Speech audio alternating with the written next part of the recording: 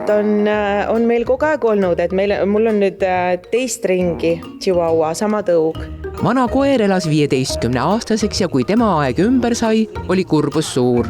Ruudi on nüüd tema saab meil veebruaris 5-aastaseks, aga siis minu teismelisel pojal oli 16. sünnipäev ja ma küsisin, mis ta sünnipäevaks soovib, siis ta ütles, et tal ei ole ühtegi muud soovi, et ta tahaks, et Ruudile kaaslast ja siis, aga Sam ei uskunud ise ka, et see nagu tõeks saab, sest ma kogu aeg ikkagi rääkisin, et see on ikkagi väga selline suur otsus, et me peame arutama ja siis me arutasime, mõtlesime, sest see on ikkagi ju lapsekese, võtan endale ju aastakümneteks on. Aga mullu novembris saabus Riki. See oli üllatus, kui ta tuli koju oma välisturniirid, siis ta avastas, et tal on selline väikene kodus ja et see emotsioon oli väga, väga lahe.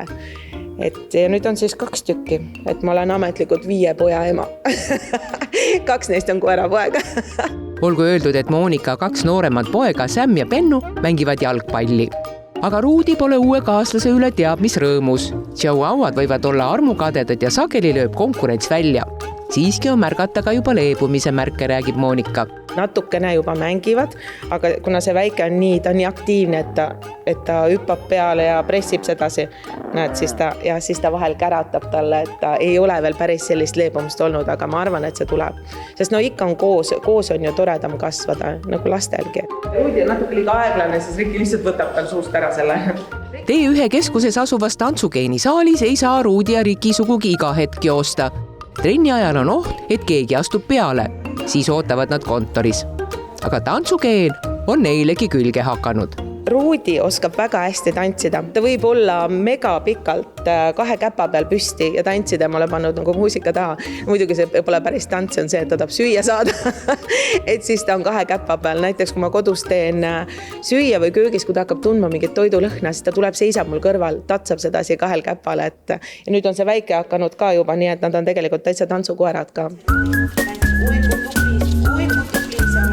Riki, ei! Seda me peame natuke distsipliini peame veel harjutama ja õppima. Aga kas seda ei ole, et nagu öeldakse, et Napoleoni kompleks, et mida väiksem koer, seda rohkem püüab ennast kehtestada?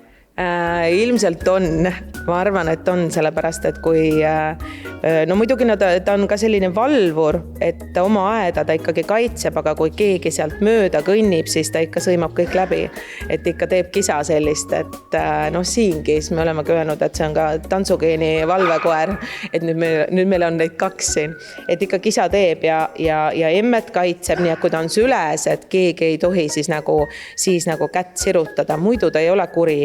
Chihuahua on julge, tihti hulljulgegi, nagu tilluke vapper sõdalane. Ja just suurte koerte peale on täiesti valimatult nii kuri, et... Ja mida see suur koer siis teeb? Naerab ilmselt. Ma magan, siis ma pean arvestama, et keegi on siin põlveõndlas või siis on siin lõua all või õla peal. Et siis, kui ma ennast keeran, siis ma pean arvestama niimoodi, et tõstad jalga niimoodi, et kedagi ära ei tapa. Ega siis muidu on ju ka toas ringi kõndides tuleb ettevaatlik olla. Jah, eks nad harjuvad ära juba niimoodi, et nad oskavad ise olla, aga alguses näiteks nüüd on jälle see beebimajas, siis sa ikka niimoodi nagu täis samme teha ei saa, et sa libistad või lohistad sedasi igaks juhuks alguses, et peale ei astuks. Vist on nii, et kui oled siukseks emmeks loodud, siis oled. Rõõmu on nii palju, nendest on rõõmu lihtsalt nii palju, sest nad on nii armsad siuksed lahedad tegelased.